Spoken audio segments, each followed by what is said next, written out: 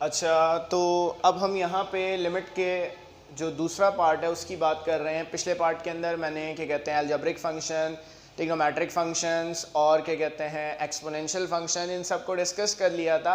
अब हम लिमिट के काम को आगे बढ़ा रहे हैं। सबसे पहली बात तो मैं कर रहा हूँ यहाँ पे लॉग फंक्शन की, कि लॉग फंक्शन का अगर सवाल आ जाए तो हमें क्या करना है, कैसे उसको सॉल्व करना है। बेसिकली आपके सामने जो सवाल लिखा हुआ है ln 1 + x upon x limit x tends to 0, शर्त ये है कि लिमिट x टेंड्स टू 0 होगी और सवाल इस फॉर्म में होगा। तो हमारे पास एक रास्ता तो क्या है कि हम इसको प्रॉपर्टी के जरिए सॉल्व कर सकते हैं। प्रॉपर्टी क्या है, यही सवाल। ये प्रॉपर्टी क्या कहती है, सवाल इस फॉर्म में होना चाहिए, यहाँ पे जो वेरिएबल लिखा हुआ है वही वेरिएबल डिनोमिनेटर में होना चाहिए। मतलब यहाँ पे जो वैल्यू लिखी हुई है वही वैल्यू डिनोमिनेटर में होनी चाहिए, तभी रिजल्ट जो है वो 1 के बराबर आएगा। या फिर इसको सॉल्व करने का दूसरा रास्ता जो कि मैंने आप लोगों को बताया था, L Hôpital rule. L Hôpital rule क्या कहता है, ऊपर वाली वैल्यू को अलग डिफरेंशिएट करना है, नीचे वाली वैल्यू को अलग डिफरेंशिएट करना है। तो ln 1 + x का डेरिवेटिव क्या होगा, 1/1 + x, और नीचे x का डेरिवेटिव क्या हो जाएगा, x का डेरिवेटिव हो गया 1, और हमारे पास इसका रिजल्ट आ गया 1 / 1 + x, और हम x की जगह पे अगर रख देंगे 0 तो हमारे पास इसका रिजल्ट आ जाएगा 1/1, मतलब इसका रिजल्ट हमारे पास आ जाएगा 1। तो दोनों रास्ते हैं, आप दोनों रास्तों को इस्तेमाल कर सकते हैं इसका रिजल्ट आने के लिए, जो आपको आसान लगे। मुझे लगता है कि प्रॉपर्टी वाला काम ज़्यादा आसान है, क्योंकि एक लाइन में आपके पास आंसर आ जाएगा। यहाँ पर आ जाए, प्रॉपर्टी कहती है कि यहाँ पे अगर 2x लिखा है तो नीचे भी 2x लिखा होना चाहिए। तो हम करेंगे क्या, यहाँ पे हम मल्टीप्लाई और डिवाइड कराएंगे 2 से। तो मैंने यहाँ पे 2 से मल्टीप्लाई करा दिया इसको, और नीचे वाली वैल्यू को डिवाइड करा दिया, मतलब 2 मल्टीप्लाई हो रहा है, 2 यहाँ डिवाइड हो रहा है। अकॉर्डिंग टू प्रॉपर्टी, प्रॉपर्टी कहती है कि ये जो रिजल्ट है, मतलब ये पूरी की पूरी वैल्यू ये किसके बराबर है, ये 1 के बराबर है, और ये 1/2 से मल्टीप्लाई हो जाएगा तो हमारा रिजल्ट जो है वो 2 आ जाएगा। इसी तरीके से यहाँ पर आ जाए तो यहाँ पे 3x लिखा हुआ है तो नीचे भी हमें 3x चाहिए। तो हम करेंगे क्या, इस वैल्यू को मल्टीप्लाई कराएंगे 3 से और डिवाइड कराएंगे 3 से। ये जो नीचे वाला 2 है इसको मैंने बाहर निकाल दिया, मैंने मल्टीप्लाई करा दिया 3 से, डिवाइड करा दिया 3 से। मैं लिमिट x टेंड्स टू 0 यहाँ पे साथ में इसलिए नहीं लिख रहा क्योंकि एप्टीट्यूड के अंदर सॉल्यूशन नहीं देखा जाता, एप्टीट्यूड के अंदर डायरेक्ट आंसर देखा जाता है। वैसे इंटर के अंदर जो है वो लिमिट x टेंड्स टू 0 यहाँ पे लगाना लाजमी है। अब यहाँ पे जो वैल्यू लिखी हुई है वही वैल्यू डिनोमिनेटर में मौजूद है, तो इसका मतलब है कि इस पूरी वैल्यू का जो रिजल्ट है वो 1 हो गया, और ये 1 इससे मल्टीप्लाई हो जाएगा तो हमारे पास इसका रिजल्ट आ जाएगा 3/2। तो बहुत आसान सवाल है ln फंक्शन के, इस तरीके से आप उनको सॉल्व करेंगे। अब मैं यहाँ पे बात कर रहा हूँ हमारे लिमिट के नए टॉपिक की, लिमिट इन्फिनिटी की। सबसे पहले तो हमें लिमिट इन्फिनिटी का कॉन्सेप्ट समझना होगा कि लिमिट इन्फिनिटी का कॉन्सेप्ट क्या है। 2 तरीके की लिमिट आती है इसमें, limit positive infinity, x tends to positive infinity, या x tends to negative infinity रख के हमें लिमिट निकालनी होती है। मतलब x tends to positive infinity का मतलब क्या है, x की जो वैल्यू है वो ग्रेटर हो गई है इतनी ज़्यादा, मतलब x की वैल्यू बढ़ती जा रही है, 10, 10 की पावर 1, 10 स्क्वायर, 10 क्यूब, और ये बढ़ गई, फिर उसके बाद 10 की पावर 1000, और ये बढ़ती जा रही है। मतलब लिमिट इन्फिनिटी का मतलब क्या है पॉजिटिव इन्फिनिटी का, कि हम सवाल में x की बड़े से बड़ी वैल्यू रखें तो हमें क्या रिजल्ट मिलेगा, मतलब हम किस नंबर को अप्रोच करेंगे, बड़े से बड़ा नंबर रखने पे जो मैक्सिमम आंसर है वो हमें क्या मिलेगा, लिमिट इन्फिनिटी हमें ये बात कहती है। अगर नेगेटिव इन्फिनिटी की बात करूं तो नेगेटिव इन्फिनिटी का मतलब क्या है, नेगेटिव इन्फिनिटी का मतलब है कि वैल्यू जो है वो छोटी होती जा रही है, इतनी छोटी हो गई है कि हमने उसको 100 की मतलब 10 की पावर 1000 कंसीडर कर लिया। तो लिमिट नेगेटिव इन्फिनिटी का मतलब है कि वैल्यू छोटी होती जा रही है, छोटी होती जा रही है, मतलब x की वैल्यू छोटी से छोटी हम रख दें सवाल में तो रिजल्ट क्या आएगा। तो पॉजिटिव इन्फिनिटी का मतलब बड़ी से बड़ी वैल्यू क्या रख दें तो रिजल्ट क्या आएगा, नेगेटिव इन्फिनिटी का मतलब है छोटी से छोटी वैल्यू रख दें तो रिजल्ट क्या आएगा। आइए इसके सवालात की बात करते हैं। पहले तो हम ट्रेडिशनल मेथड की बात करते हैं कि भाई इस सवाल को इंटर के अंदर कैसे सॉल्व किया जाता है। इंटर के अंदर क्या करते हैं कि भाई देखते हैं सवाल के अंदर जब भी लिमिट इन्फिनिटी है तो हमें एक कॉन्सेप्ट दिमाग में आता है, any number divided by infinity is equal to zero. किसी भी नंबर के नीचे इन्फिनिटी आ जाए तो उसका रिजल्ट हमेशा किसके बराबर होगा? जीरो के बराबर होगा। अब करना क्या है? इसी कॉन्सेप्ट को अप्लाई करना है। एक्स क्योंकि इन्फिनिटी है तो हमें क्या करना है कि इन्फिनिटी को डिनोमिनेटर में लाना है। डिनोमिनेटर में कैसे लेकर आए? यहां पे एक्स की सबसे बड़ी पावर क्या दिख रही है? X cube. सबसे बड़ी पावर वाला वेरिएबल कॉमन निकाल लेंगे, यहां से हम एक्स क्यूब कॉमन निकालेंगे। कॉमन निकल नहीं सकता, जबरदस्ती का कॉमन निकालेंगे, मतलब एक्स क्यूब सबसे डिवाइड होगा, तो एक्स क्यूब सबसे डिवाइड हो जाएगा।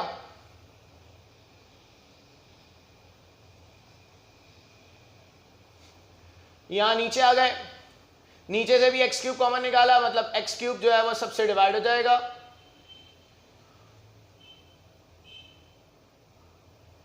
तो ये एक्स क्यूब से ये एक्स क्यूब कैंसिल हो जाएगा। मुझे ये सवाल मिटाना पड़ेगा जरा इसको समझाने के लिए। यहां पे हमारे पास आ गया 1 plus 2 upon x plus 1 upon x square.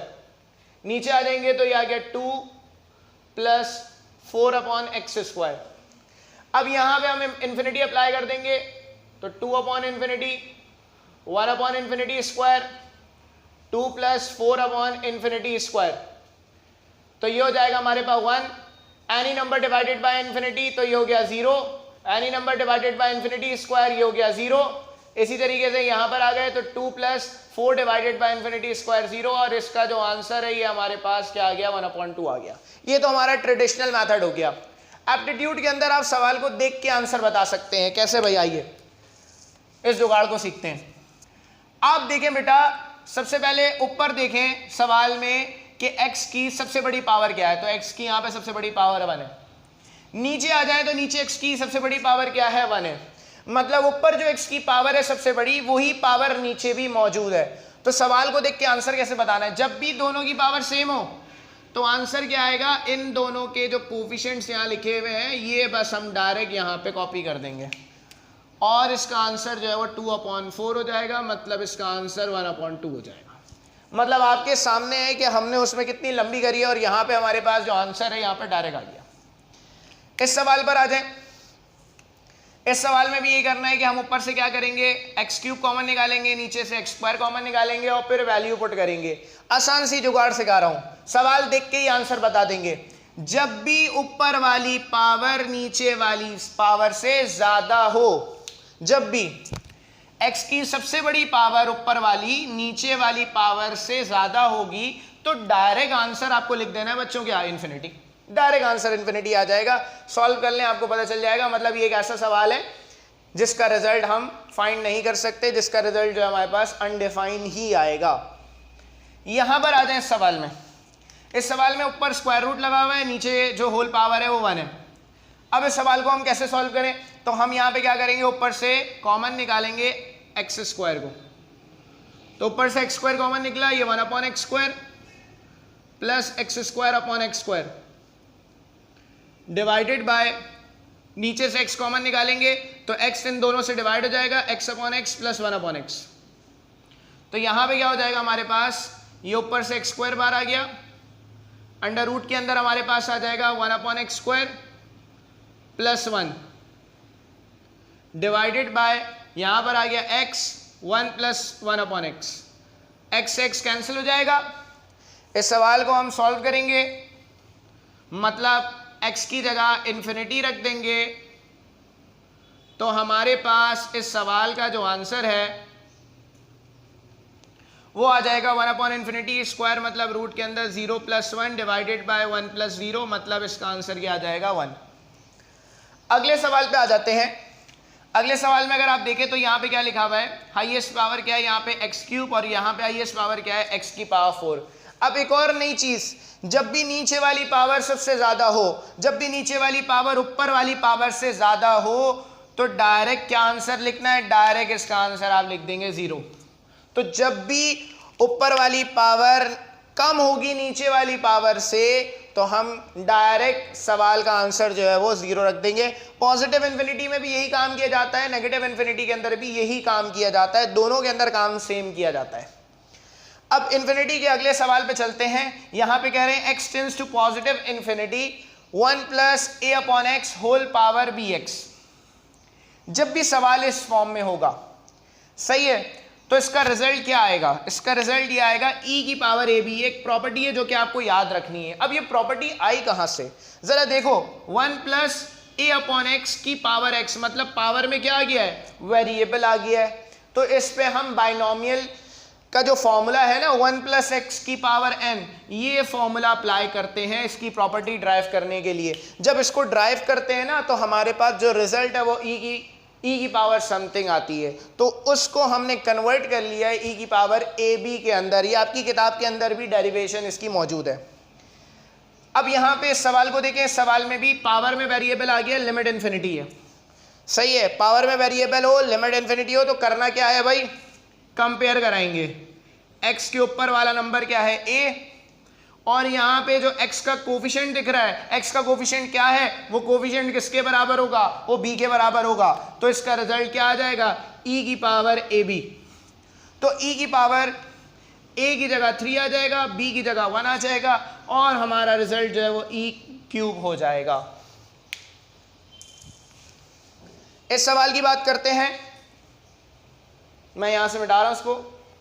Question number 9 की अगर मैं बात करूं, जिसको मैं 8 कह रहा हूं क्योंकि 8 मैंने यहां पे मिटा दिया था अभी। अब यहां पे पावर में वेरिएबल है, लिमिट इन्फिनिटी है। पावर में वेरिएबल हो, लिमिट इन्फिनिटी हो, तो करना क्या है? एक बात याद रख लें, पहली टर्म हमेशा क्या होगी? पहली टर्म हमेशा 1 होगी। 1 नहीं है तो 1 बनानी होगी। तो यहां पर आ जाए अगर हम, तो limit x tends to positive infinity, पहली टर्म 1 बनानी है, एलसीएम ब्रेक कर देते हैं, x upon x plus 1 upon x whole power x। तो ये हो जाएगा हमारे पास limit x tends to positive infinity 1 plus 1 upon x की पावर x। तो हमारे पास a क्या है? इस x के ऊपर जो नंबर है वो a है, और इस x का जो कोफिशिएंट है वो हमारे पास क्या है? वो b है। तो हमारे पास इसका रिजल्ट आ जाएगा e की पावर ab, मतलब इसका रिजल्ट आ जाएगा e की पावर 1।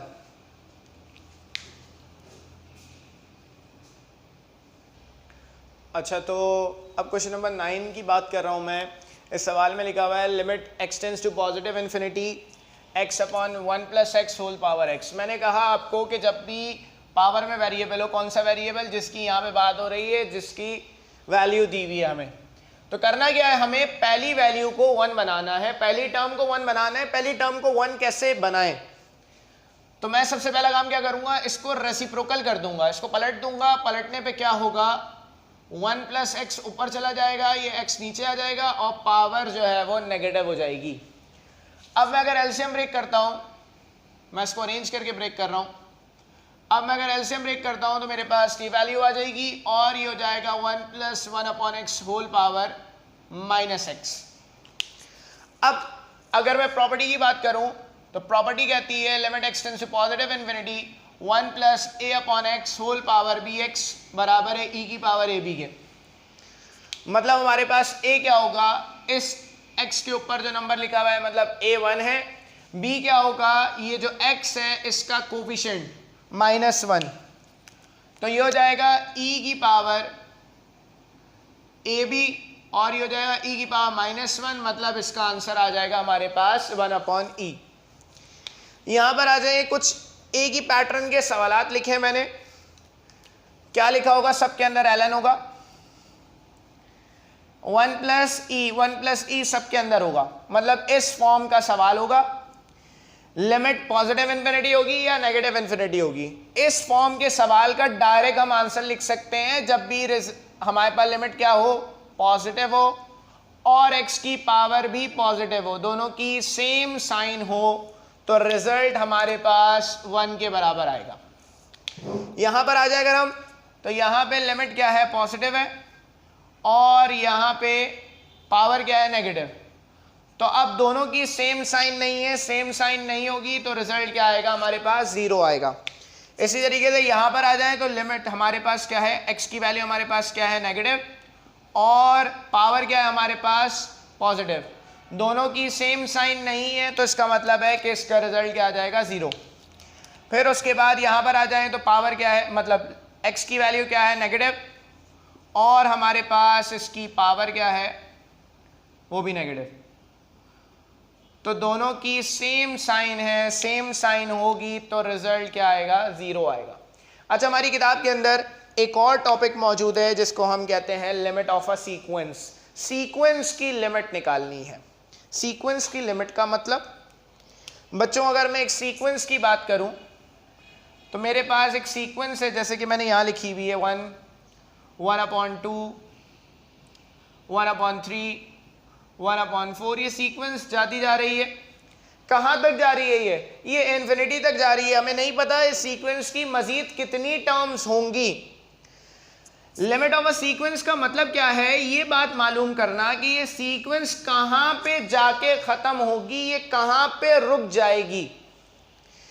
अगर आप यहां देखें तो यहां n क्या है 1 है, मतलब ये पहली टर्म है। n क्या है यहां पे 2 है, मतलब सेकेंड टर्म है। n यहां पे 3 है, n यहां पे 4 है। तो हो क्या रहा है, n जैसे जैसे बढ़ रहा है हमारे पास टर्म आती जा रही है। हमारे पास यहाँ पे n क्या होगा, ये इनफाइनाइट सीक्वेंस है, मतलब ये एक ऐसी सीक्वेंस है जो कि कहीं पर ख़त्म नहीं होगी, ये चलती जाएगी इन्फिनिटी तक। तो बेटा अब मुझे ये बात कैसे पता चलेगी कि इस सीक्वेंस की लिमिट क्या है? ये सीक्वेंस क्या चलती रहेगी, क्या ये किसी पॉइंट पे आकर ख़त्म हो जाएगी? तो ये बात हमें कैसे पता चलेगी कि ये सीक्वेंस जो है वो इन्फिनिटी तक जाएगी या फिर ये कहीं पर ख़त्म हो जाएगी? तो ये हमें n बताएगा, क्योंकि n देखिए n1 है तो पहली टर्म, n2 है तो दूसरी टर्म, n3 है तो तीसरी, n4 है तो फोर्थ टर्म, n5 होगा फिफ्थ टर्म। मतलब जैसे जैसे n बढ़ रहा है वैसे वैसे हमारे पास क्या हो रहे हैं, सीक्वेंस के अंदर टर्म भी बढ़ रही हैं।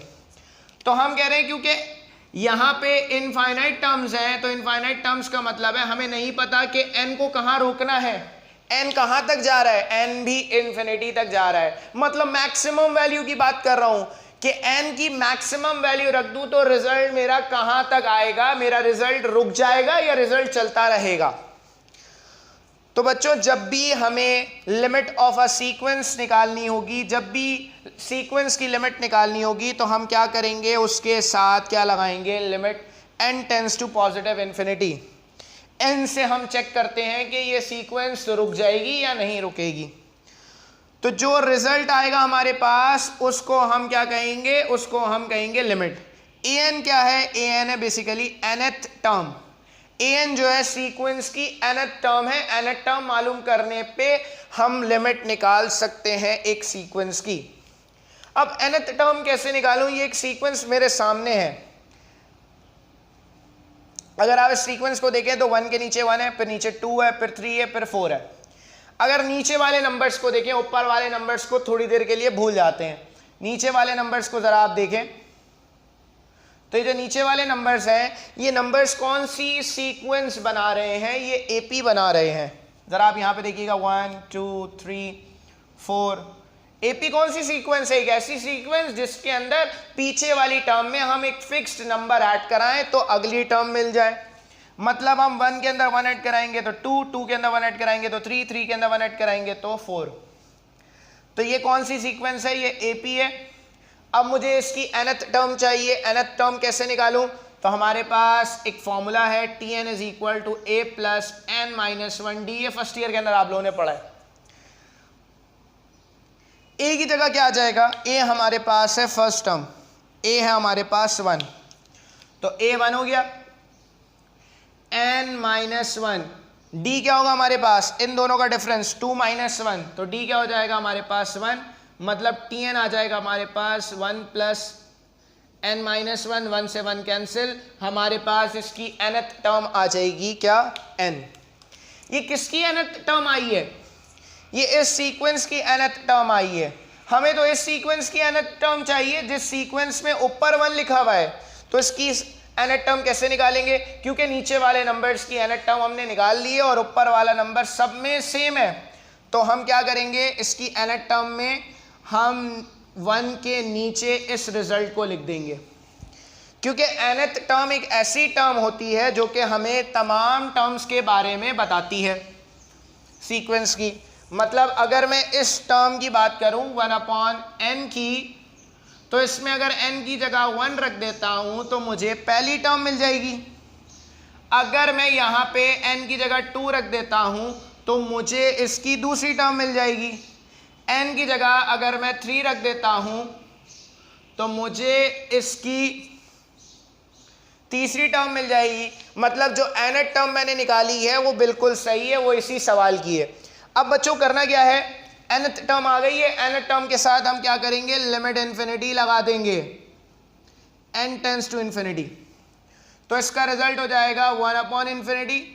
1/∞ क्या हो जाएगा, 0। मतलब इस सीक्वेंस की जो लिमिट है वो हमारे पास क्या आ जाएगी, 0। इसी तरीके से अगले सवाल पे चलते हैं। अगले सवाल की अगर मैं बात करूं तो इस सवाल में अगर आप ऊपर वाले नंबर्स को देखें 2, 4, 6, ये 2, 4, 6 क्या है, ये भी एपी में 2, 4, 6 कैसे एपी में, इसमें 2 ऐड कराएंगे तो ये आ जाएगा, इसमें 2 ऐड कराएंगे तो ये आ जाएगा। तो ये एपी में इसकी nth टर्म कैसे निकालेंगे, tn is equal to a plus n minus 1d।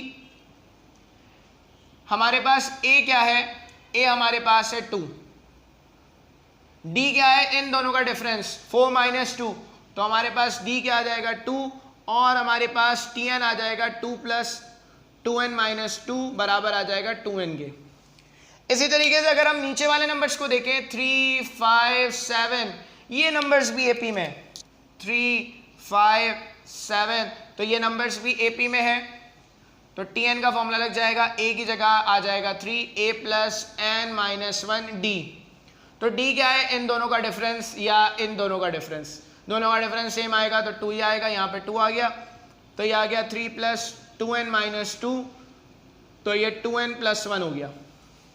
अब करना क्या है, ऊपर वाली सीक्वेंस की nth टर्म ऊपर रखी जाएगी, नीचे वाली सीक्वेंस की nth टर्म नीचे रखी जाएगी। तो हमारे पास जो इसकी nth टर्म है टोटल वो क्या आएगी, ऊपर वाले की ऊपर आ गई और नीचे वाले की नीचे आ गई, और साथ में हम क्या लगा देंगे, limit n tends to positive infinity. तो अब क्या होगा, ऊपर 2n एज इट इज रख दिया, नीचे से n कॉमन निकाल लेंगे तो 2 प्लस 1/n हो जाएगा। ये n से n कैंसिल, n की जगह इन्फिनिटी रख देंगे तो 2/2 प्लस 1/∞, तो 2/2 प्लस 0, तो 2/2 आ गया, जो कि हमारे पास किसके बराबर हो जाएगा, 1 के बराबर हो जाएगा। मतलब इस सीक्वेंस की लिमिट हमारे पास क्या आ जाएगी, 1 आ जाएगी। इसी तरीके से इस सीक्वेंस की भी लिमिट निकलेगी। इसमें क्या होगा, क्योंकि प्रोडक्ट में ऊपर नंबर्स हैं तो पहले वाले नंबर्स को देखें 1, 2, 3, ये नंबर्स क्या है, ये एपी में 1, 2, 3 की nth टर्म क्या होगी, 1, 2, 3 की nth टर्म अभी हम निकाल चुके हैं जो कि n के बराबर थी। तो इसकी तो nth टर्म क्या हो गई हमारे पास, n मल्टीप्लाई बाय, साथ में कौन कौन वैल्यूज लिखी हुई हमारे पास लिखा हुआ है 2, 3, 4, 2, 3, 4 भी क्या है, 2, 3, 4 भी एपी के अंदर है। 2, 3, 4 की अगर हम nth टर्म निकालें तो हम कैसे निकालेंगे, tn is equal to a plus n minus 1, d क्या है, इन दोनों का डिफरेंस 3 माइनस 2, d आ जाएगा 1, तो tn आ जाएगा 2 प्लस n माइनस 1, तो tn आ जाएगा n प्लस 1, तो ऊपर आ गया हमारे पास n प्लस 1। मतलब 1, 2, 3 की जो nth टर्म है वो 2, 3, 4 की जो nth टर्म है वो दोनों प्रोडक्ट में लिखी जाएंगी, क्योंकि हर टर्म के अंदर ये प्रोडक्ट में है। नीचे आ जाए 3, 5, 7, 3, 5, 7, 3, 5, 7 की nth टर्म क्या आई थी हमारे पास, 2n प्लस 1, तो नीचे हम क्या रख देंगे, नीचे हम रख देंगे 2n प्लस 1 और इसके साथ लिमिट इन्फिनिटी रख जाएगी। अब इसकी लिमिट कैलकुलेट करनी है, डायरेक्ट भी आप कैलकुलेट कर सकते हैं। डायरेक्ट कैसे कैलकुलेट कर सकते हैं भाई, मैंने आपको तरीका बताया था अभी। अगर मैं इस सवाल की बात करूं, limit n tends to positive infinity, ये n को अगर मैं मल्टीप्लाई करा दूं तो ये हो जाएगा n square plus n upon 2n plus 1। तो मैंने क्या बताया था कि अगर ऊपर वाली पावर ज्यादा हो नीचे वाली पावर से तो डायरेक्ट आंसर क्या आता है, डायरेक्ट आंसर आ जाता है इन्फिनिटी, मतलब रिजल्ट अनडिफाइन आ जाता है। अच्छा, तो मैंने यहाँ पे अब दो चीज़ें लिखी हैं। मैं ये बताना चाह रहा हूँ कि लिमिट इन्फिनिटी मतलब अगर हम किसी भी सीक्वेंस की लिमिट निकालें, अगर वो इन्फिनिटी आ जाए तो हम उसको क्या कहते हैं, अगर कोई नंबर आ जाए तो हम क्या कहते हैं। देखो बच्चों, अगर मैं सीक्वेंस की बात करूँ 1, 1/2, 1/3, 1/4, इसकी पहली टर्म 1 है, दूसरी टर्म है 0.5, 1/2 को डिवाइड करेंगे तो 0.5, 1/3 को डिवाइड करेंगे तो 0.33, 1/4 को डिवाइड करेंगे तो 0.25। हो क्या रहा है कि ये सीक्वेंस जो है वो डिक्रीज होती जा रही है, 1 फिर उससे कम, फिर उससे कम, फिर उससे कम, डिक्रीज होती जा रही है। कहाँ जा रही है ये वैल्यू कहाँ तक जा रही है, ये वैल्यू 0 तक जा रही है। ये वैल्यू इतनी छोटी हो जाएगी, एक वक्त आएगा कि हम इसको क्या कंसीडर कर लेंगे, 0 कंसीडर कर लेंगे। मतलब ये सीक्वेंस 0 पे खत्म हो जाएगी। अब ये सीक्वेंस क्योंकि कम होती जा रही है, छोटी होती जा रही है, 0 को अप्रोच कर रही है, तो इसका मतलब है कि इसकी आखिरी टर्म हम ये कह सकते हैं कि वो 0 होगी, मतलब ये 0 पे खत्म हो जाएगी। अब बेटा एक सीक्वेंस 0 पे अगर खत्म हो रही है तो उसका जो सम है या उसकी जो लिमिट है वो क्या कहलाएगी, वो लिमिट कहलाएगी एक स्पेसिफिक नंबर। क्यों कहलाएगी, क्योंकि ये एक ऐसी सीक्वेंस है जो कि एक नंबर पे जाके रुक गई, खत्म हो गई, आगे नहीं बढ़ेगी। जैसा कि यहां पे हमारे पास इसका आंसर आया था 1, 1/2, 1/3, 1/4, इसकी लिमिट क्या आई थी 0। मतलब ये सीक्वेंस 0 को अप्रोच करेगी, इसका आखिरी नंबर 0 होगा, 0 पे जाके रुक जाएगी। अगर रिजल्ट कोई स्पेसिफिक नंबर आ रहा है तो ऐसी सीक्वेंस को हम कन्वर्जेंट कहते हैं। ये कन्वर्ज हो रही है, ये खत्म हो रही है एक जगह पर जाकर। एक और सीक्वेंस की बात करता हूं 1, 2, 3, 4, 5। अब इस सीक्वेंस की अगर मैं बात करूं तो ये सीक्वेंस क्या हो रही है, ये सीक्वेंस इंक्रीज हो रही है, ये इंक्रीज होती जा रही है, ये बढ़ती जा रही है। तो क्या ये कहीं पर खत्म होगी, तो ये खत्म नहीं होगी। बेटा n1 है तो ये आया, n2 है तो ये आया, n3 है तो ये, n4 है, n5 है, n6 रख दूंगा तो 6 आ जाएगा, n100 रख दूंगा तो 100 आ जाएगा, n10,000 रख दूंगा तो 10,000 आ जाएगा। मतलब n की बड़ी से बड़ी वैल्यू रख दूं तो आने वाला रिजल्ट हमें मिल जाएगा। मतलब ये कहीं पर रुकेगी नहीं। मैं ये नहीं कह सकता कि n की जगह 1000 रख दूंगा तो बस ये रुक जाएगी, n की जगह 10,000 भी रख दूंगा तब भी रिजल्ट आएगा, n की जगह 1 लाख भी रख दूंगा तब भी रिजल्ट आएगा। मतलब बड़े से बड़ा नंबर रख दूं, ये सीक्वेंस की nth टर्म मुझे आंसर देगी। इसकी nth टर्म क्या है, इसकी nth टर्म है n। सही है, इसमें बड़े से बड़ा नंबर रख दूं, आने वाला रिजल्ट जो है वो बढ़ता जाएगा। सही है, मतलब डिक्रीज नहीं होगा। तो इसका मतलब है ये एक ऐसी सीक्वेंस है जो कि कहीं पर खत्म नहीं होगी, बढ़ती जा रही है, ये चलती जा रही है। कहां तक जा रही है भाई, ये कयामत तक चलती जा रही है, ये कभी भी खत्म नहीं हो सकती। कोई नहीं बता सकता कि ये सीक्वेंस यहां पर खत्म हो जाएगी। ऐसी सीक्वेंस को हम क्या कहते हैं, ऐसी सीक्वेंस को हम डाइवर्जेंट कहते हैं, जिसका रिजल्ट जो है वो इंफिनिटी आता है, अनडिफाइन आता है।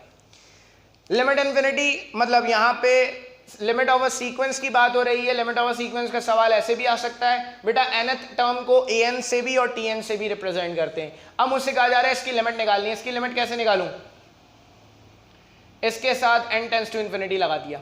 करना क्या है, अगर मैं डायरेक्ट यहां पे इन्फिनिटी रख दूं ऊपर भी और नीचे भी, तो इसका तो डायरेक्ट आंसर इन्फिनिटी आ जाएगा। हमारी पहली कोशिश ये होती है कि आंसर इन्फिनिटी ना आए। हम अपनी पूरी कोशिश करते हैं कि हम इन्फिनिटी से बचें।